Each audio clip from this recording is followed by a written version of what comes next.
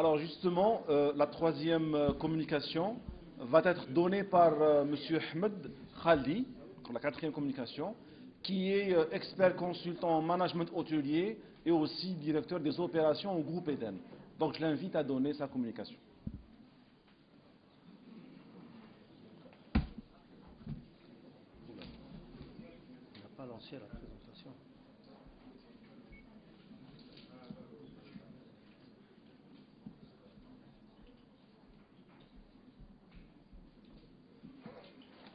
Bien. Salam alaikum. Bismillah. Donc, mesdames, messieurs, je tiens juste à préciser une chose. Je ne suis pas expert en management hôtelier. Non. Excuse-moi. Je suis juste expérimenté dans un système un peu particulier. Je suis Six Sigma Black Belt. Je suis coach, consultant. Je suis certifié pour analyser les processus. Xavier connaît un peu la chose. Et donc, je vais essayer, durant toute cette présentation, de vous parler de processus. Donc, cette présentation, ça va être quel modèle de gestion pour l'hôtellerie en Algérie. Faut-il partir sur de la franchise? Faut-il partir sur un contrat de gestion? C'est des questions qui me sont posées. Et je me suis dit, autant répondre à ces questions durant cette journée. Alors, pour être très clair, je voudrais que les choses soient précisées. J'ai mis en rouge tout ce que je ne vais pas voir avec vous. Et j'ai mis en vert tout ce que je vais voir.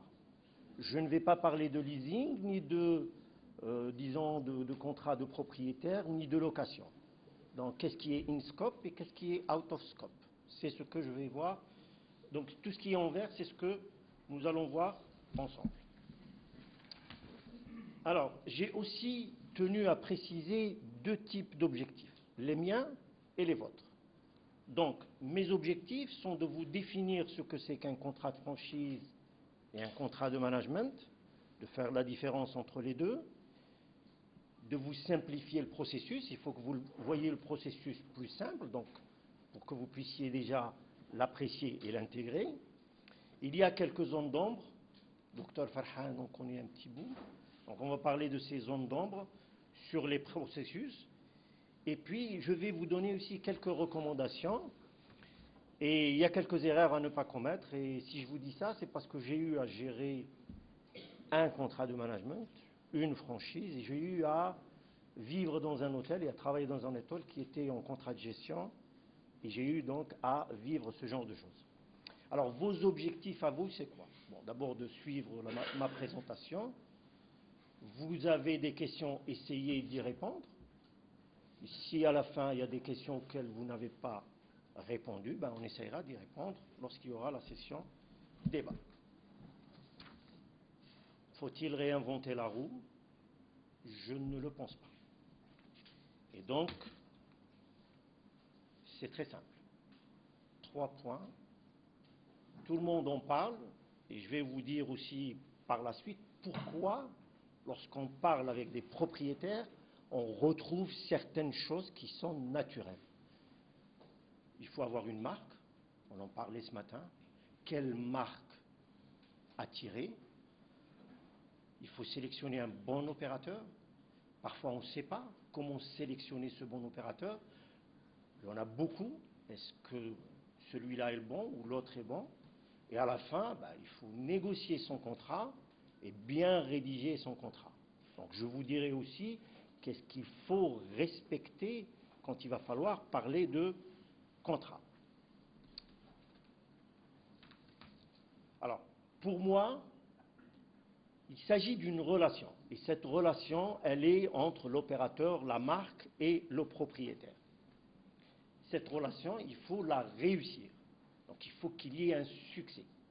Ce succès-là, il ne va pas venir tout seul. Vous n'allez pas aussi vous dire « je vais vers le succès et courir vers le succès ». Non, il va falloir que vous travailliez au préalable. Et le travail que vous allez faire, c'est lui qui va vous permettre d'avoir la bonne marque, d'avoir le bon opérateur et de réussir cette relation. Alors, pourquoi on le fait? Pourquoi on va vers ce type de partenariat? Un, vous allez donner de la valeur à votre hôtel. 2, vous le faites parce que vous dites l'opérateur va me ramener une valeur ajoutée en matière de... L'opérateur va me ramener une valeur ajoutée en matière de... Allô? Non, c'était mieux avant. Je pense que c'était mieux. Donc vous vous dites aussi, en termes de financement, bah, vous allez vers un opérateur, c'est parce que vous vous attendez à avoir plus de revenus. Vous vous attendez à augmenter votre taux d'occupation. Vous vous attendez aussi à avoir un bon revpar. Et puis, vous dites aussi que, en termes de... Il y a lui, c'est bon. Ouais. Et vous dites aussi qu'en termes d'opération, vous qui êtes promoteur et qui n'avez pas encore géré un hôtel, vous avez besoin que quelqu'un le gère, ne serait-ce qu'au début, vous montre comment on gère cet hôtel-là. Et puis, si un jour vous vous dites, maintenant il va falloir que je navigue tout seul, vous pouvez le faire. Mais vous avez besoin à ce que cette relation soit une relation basée sur des choses bien précises. Alors, à quel moment on pense à cette histoire de contrat de gestion ou de franchise? Moi, j'ai rencontré des gens qui me le disent à un moment vraiment où le terrain est nu. Je visite le terrain avec eux. Nous avons eu à le faire très récemment. Et puis, la personne vous dit, comment je vais faire pour gérer mon hôtel? Donc, si la personne y pense déjà à ce moment-là, c'est qu'il s'agit d'un processus mental de réflexion naturel. Alors, pourquoi dans ce cas-là, quand on voit le tissu d'hôteliers en Algérie, on se dit que tous, ils ont pensé à cette histoire de gestion au début, mais quand ils ouvrent leurs hôtels, ils n'ont pas encore fait le bon choix. Ils ne se sont pas encore adossés à une marque. Ils n'ont pas d'opérateur à leur côté. Pour moi, c'est très simple. Ils n'ont pas fait le premier pas. Il y a une affaire d'action. OK?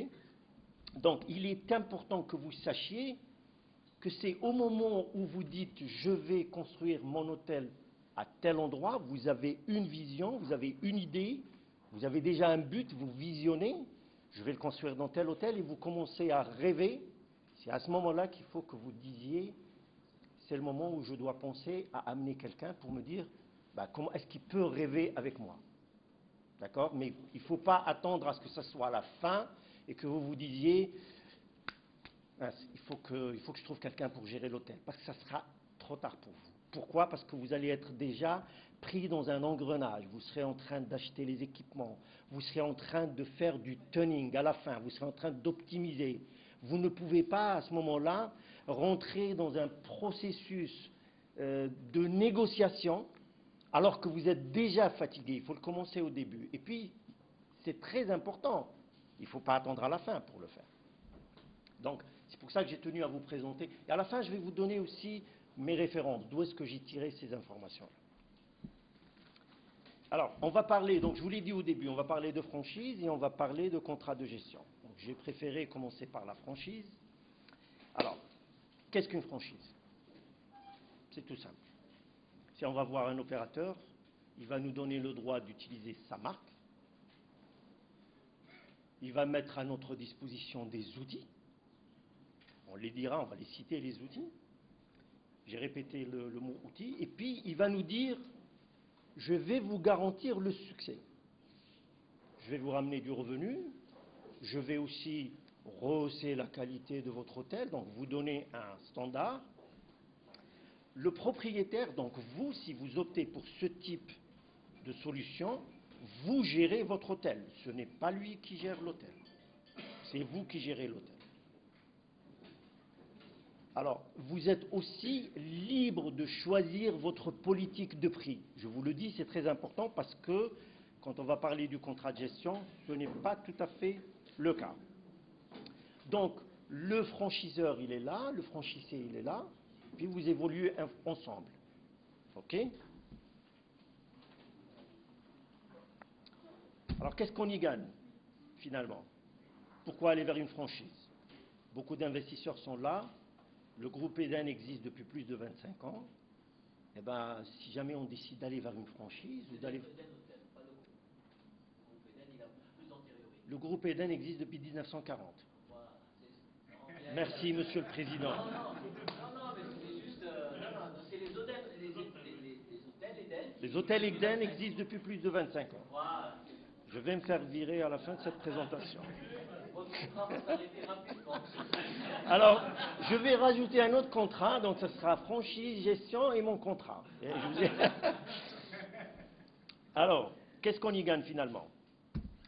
Le franchiseur, c'est un professionnel. Donc, et puis il a mérité pendant des années le droit d'avoir une enseigne. Hein, donc quand il vient vous parler, on ne va pas dire qu'il va vous parler d'en haut, mais il va essayer de vous montrer qu'est-ce qu'il est.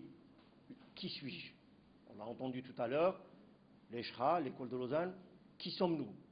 Le groupe Eden, Eden Hotels, qui sommes-nous? Pareil. Donc, il va essayer de commercialiser votre hôtel à travers des systèmes. Donc, soit une centrale propre à eux, soit en vous mettant dans certains GDS ou autres avec qui ils sont déjà en relation. Il vous dira que je vais vous optimiser votre chiffre d'affaires, parce que vous vous dites, tiens, moi, je suis capable de gérer mon hôtel, ou bien je vais le gérer tout seul. Il vous trouvera toujours, OK, vous allez le gérer, vous avez prévu un chiffre d'affaires, nous allons vous l'augmenter. Et je vais vous donner quelques chiffres où on dit, par exemple, je vais citer Accor, c'est pas grave, 60% du chiffre d'affaires d'Accor vient des systèmes de distribution. Donc, quand Accor vient vous voir, ils vont vous dire, les faits sont là, les chiffres sont là. On n'a rien à... D'accord? Donc, vous vous dites, tiens, est-ce qu'en m'adossant à une marque, je vais pouvoir faire partie de tout leur système et donc bénéficier de ces avantages-là. Et vous pouvez aussi disposer des ressources du réseau. Alors, qu'est-ce qu'on dit par ressources? Ils ont leur programme de fidélité, donc vous pouvez intégrer le programme de fidélité chez vous. Ils ont aussi négocié des contrats avec certaines grandes sociétés corporate, et donc vous pouvez aussi bénéficier de ces contrats-là. Ça veut dire que les clients de ces sociétés-là viendront chez vous. Donc il va y avoir de la valorisation et de la pérennisation pour votre établissement. Vous allez vous dire, Radinkun Hen, excusez-moi, hein, je vais être tranquille en m'adossant à une marque.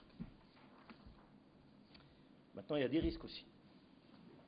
Alors, les risques, c'est que, et là, nous l'avons vécu, moi je l'ai vécu, c'est que quand vous voulez changer quelque chose qui se rapporte au standard, vous ne pouvez pas le faire tout seul. Vous devez d'abord les consulter. Vous devez leur dire, tiens, nous allons mettre telle chose. Est-ce que ça va? Nous allons, je ne sais pas, moi je vais prendre un exemple très simple. Vous avez une petite corbeille dans la salle de bain, une autre au niveau du bureau. Si vous voulez en rajouter une troisième, ils vont vous dire pourquoi. Ou bien si vous voulez changer, ils vont vous dire pourquoi. Ou bien vous voulez changer peut-être le lavabo, par exemple. Non, il n'est pas assez grand. Donc il y a des standards qu'il va falloir respecter. Et puis ils viendront chez vous. Ils vont vous faire des tests. Donc ils vont venir chaque 6 mois, chaque année. Et puis ils vont vous dire, nous allons venir, on a une checklist. Ils vous envoient un inspecteur. Ils vous disent, on va passer la checklist. Et si jamais vous n'êtes pas conforme à cette checklist, vous perdez la franchise. Ou bien on vous donne un temps pour vous réadapter. Sinon, vous allez perdre cette franchise. Donc les standards qui sont fixés, ils doivent être respectés. Ça engendre beaucoup d'argent. Je vais vous donner un exemple très simple. Dans une négociation, dans une franchise, moi je me rappelle qu'on avait dit, le franchiseur avait dit, tiens, votre revêtement de sol n'est pas conforme à nos standards. Vous devez tout enlever. Donc il y a une incertitude quant à la garantie d'augmenter. À certains moments, vous vous dites, est-ce qu'en m'adossant à cette marque, réellement, elle va me ramener le chiffre d'affaires et réellement, elle va m'augmenter le nombre de chambres et tout. Ça, c'était pour les franchises. Si on passe maintenant au contrat de gestion, il faudrait que vous sachiez qu'il y a l'aspect opérationnel et l'aspect propriété. Vous êtes propriétaire d'hôtel, vous ne pouvez plus vous immiscez dans la gestion. Si l'entreprise est une entreprise surtout familiale, c'est fini. Ce n'est plus le fils, le père, la mère qui peuvent dire quoi que ce soit quand vous signez un contrat de gestion. Si vous pensez que vous ne pouvez pas à l'intérieur de vous-même changer, ça va être très difficile. La responsabilité de la gestion opérationnelle incombe à l'opérateur. Le propriétaire conserve la responsabilité juridique et financière. Juridiquement, c'est lui. Ce n'est pas l'opérateur. Ici, je souligne juste une chose, c'est qu'il y a deux types de contrats de management. Vous pouvez avoir un contrat de management avec une chaîne, comme vous pouvez avoir un contrat de management avec des indépendants. Nous avons eu à voir des cas où le propriétaire de l'hôtel a fait appel à une franchise et il a signé un contrat de management en même temps pour le même hôtel. Ça s'est terminé avec un divorce avec les deux. Ça ne pouvait pas marcher.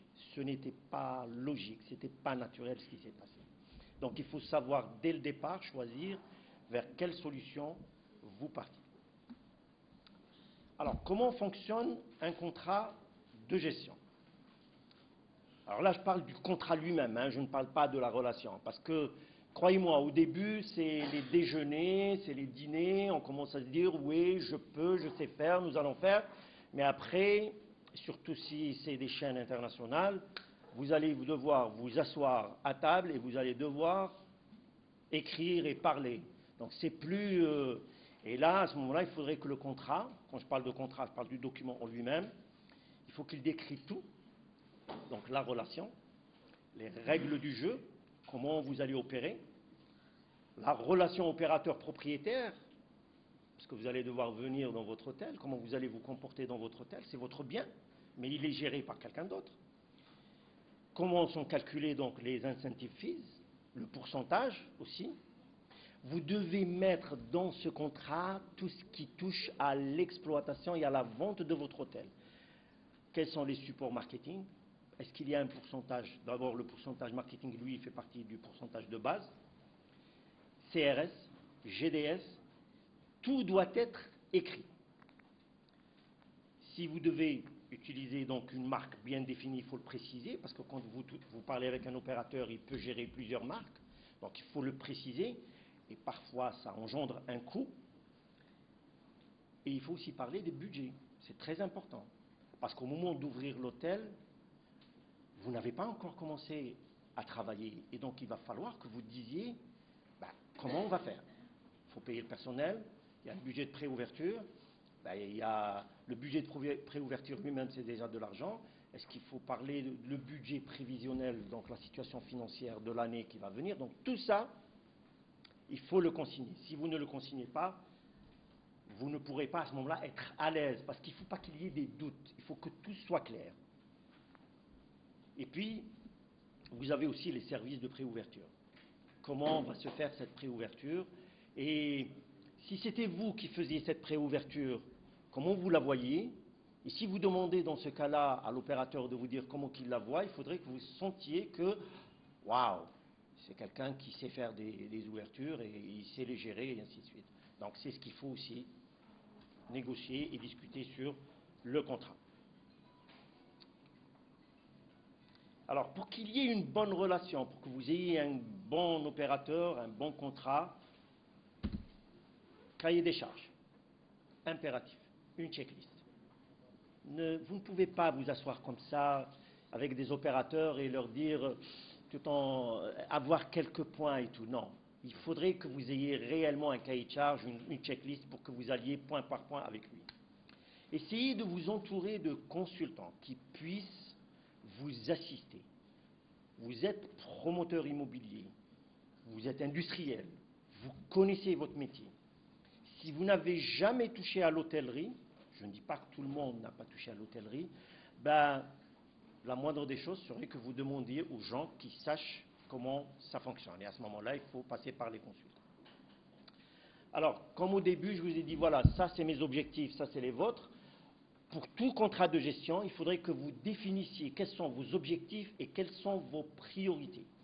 Vous ne pouvez pas vous asseoir avec un opérateur et lui dire je veux un contrat de gestion. Non. Il faudrait que vous précisiez. Il faut aller dans le détail. Il faudrait que vous montriez que vous connaissiez votre métier. Enfin, que vous connaissiez ce que vous voulez faire. Donc, une fois que vous aurez identifié la marque et l'opérateur, qui correspondent à votre vision, je l'ai dit tout à l'heure, la vision est importante, comment vous voyez, le rêve que vous voyez. À ce moment-là, essayez de vendre le projet aussi à l'opérateur. Faites-le venir même au niveau de votre terrain. Moi, j'ai lu un livre où c'est Jim Rohn, il dit « Je construis une maison », c'était encore des planches en bois, et je ramenais mes voisins, je leur disais « Vous voyez le garage ?» Ils disent « Oui, nous voyons le garage, en effet. » Parce qu'ils étaient en train d'imaginer. Ben vous avez un terrain, la vision que vous devez l'expliquer à la personne.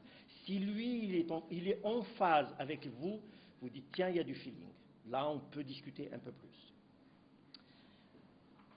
J'ai travaillé à Sonatrach avant de venir dans le monde de l'hôtellerie. Et à Sonatrach, moi j'ai appris que quand on a plusieurs offres, il faut faire une grille d'évaluation. Et c'était le service juridique qui faisait la grille d'évaluation pour évaluer les offres.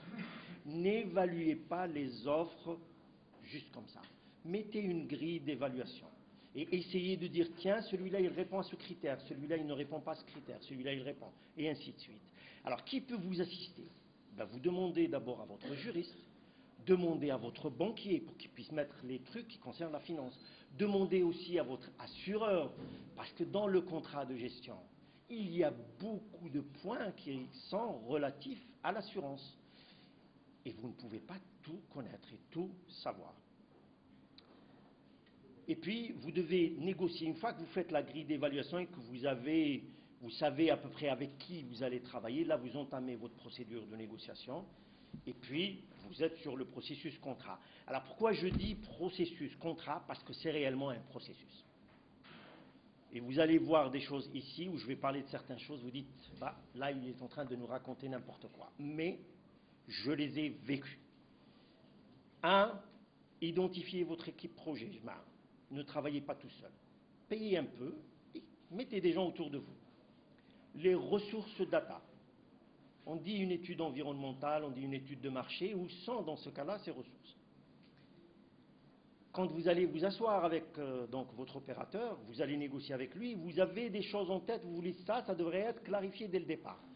Faites-le, notez-le. Ici, je vous dis gérer et contrôler le document contrat de gestion avant sa finalisation. Je vais vous dire même une astuce. Demandez à votre opérateur de vous envoyer le document Word.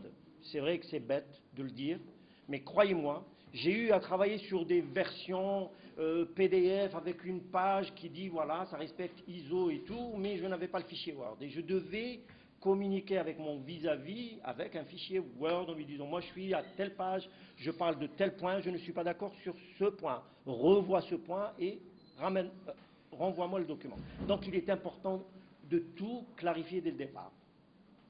Donc s'il y a des changements que vous opérez, il faut informer l'opérateur au moment de la négociation. C'est très important. Vos documents contrats, il faudrait que ça soit révisé. Donc il y a un numéro de révision et vous devez confirmer les changements que vous faites et vous devez le dire à l'opérateur. C'est important. Si vous ne le lui dites pas, la gestion elle-même du contrat, vous pouvez la louper. Enfin, quand vous envoyez le contrat et que vous échangez par courrier, c'est très important, après on ne vous dira pas non, on n'en a pas parlé. Et vous n'allez pas aussi dire, ah non, non, non, on n'en a pas parlé. Donc tout doit se faire par courrier. Les coups de fil, les téléphones, au fait, j'ai changé telle chose, ça ne peut pas marcher. Et c'est pour ça que vous, en tant qu'investisseur, vous n'avez peut-être pas le temps d'aller vous asseoir et de rédiger. Donc vous avez besoin de gens qui puissent vous conseiller et vous aider. Et une fois que la version finale est terminée, c'est cette version-là que vous allez donc signer. Alors quelques erreurs à ne pas commettre. Ne pas se focaliser sur une seule marque. Prenez 2 ou 3, si vous voulez.